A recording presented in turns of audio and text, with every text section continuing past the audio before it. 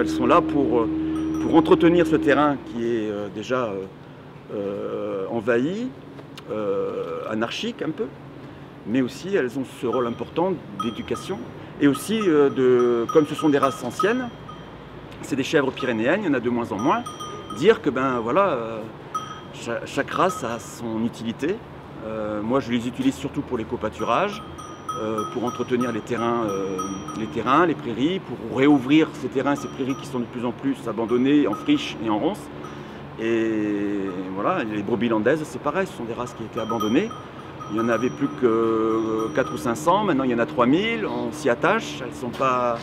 Elles ont les brebis landaises par exemple, elles ont la particularité, c'est qu'elles sont pas prolifiques. C'est pour ça qu'en fait elles ont été abandonnées. Et celles-là, c'est quoi leur particularité là, les boucs qu'on voit derrière vous? Alors je vais parler des chèvres. Les chèvres sont de très bonnes laitières. Donc avec l'association des chèvres pyrénéennes qui est à Pamiers, on relance cette race parce qu'on l'a abandonnée pour d'autres races qui étaient plus laitières encore, comme l'alpine par exemple, alors que la pyrénéenne, elle gambadait dans toutes les Pyrénées. Il y en avait dans Pau, dans les rues de Pau, il y en avait partout. Et elle a été abandonnée par rapport en compétition avec l'alpine. Parce qu'à une époque, il fallait produire, il fallait avoir du rendement, du lait, de la viande. Et donc on a délaissé les espèces, les races qui étaient moins productrices, moins viande, moins ci, moins là. Et donc c'est pour ça que je me bats un peu, c'est pour dire qu'elles ont toutes le droit de vivre et elles ont des qualités importantes. Elles sont moins fragiles. Elles résistent davantage aux maladies. Elles peuvent vivre dehors toute l'année, parce que moi je fais que du plein air intégral. Elles ne mangent que ce qu'elles ont et ce qu'elles trouvent à l'extérieur. Les petits naissent dehors. C'est du semi-sauvage. Voilà.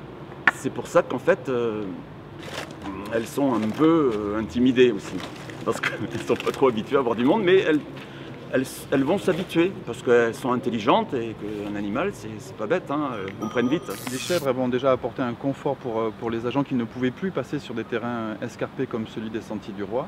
Elles vont permettre de fertiliser le sol et de faire une montée en biodiversité de 30% positive avec la fertilisation de leur déjection. Et surtout, elles vont sélectionner tout ce que nous, avec des engins, on ne peut plus faire.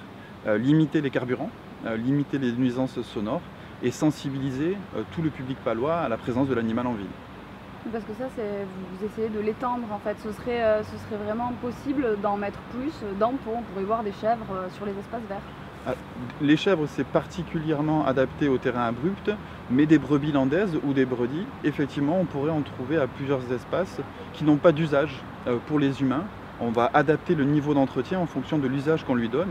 Au parc Beaumont, on ne mettra peut-être pas des brebis si l'usage est récréatif ou de loisir. On va plutôt les accompagner sur des terrains qui n'ont que peu d'usage et où la tondeuse n'est pas nécessaire à minima 3 fois par an. Et justement, tout à l'heure vous disiez là, avant il fallait mettre un harnais, enfin comment ça se passait Alors le site que vous avez derrière, qui est celui des Sentiers du Roi, entre l'hôtel du département et le funiculaire, est un site assez accidentogène pour les agents qui devaient se positionner avec des harnais, s'accrocher au boulevard des Pyrénées et descendre avec des machines de type rotophile pour attaquer les ronciers. En termes de sécurité au travail, on n'était pas forcément au top. Donc les chèvres sont des parfaits auxiliaires et vont nous amener un complément assez intéressant dans la gestion.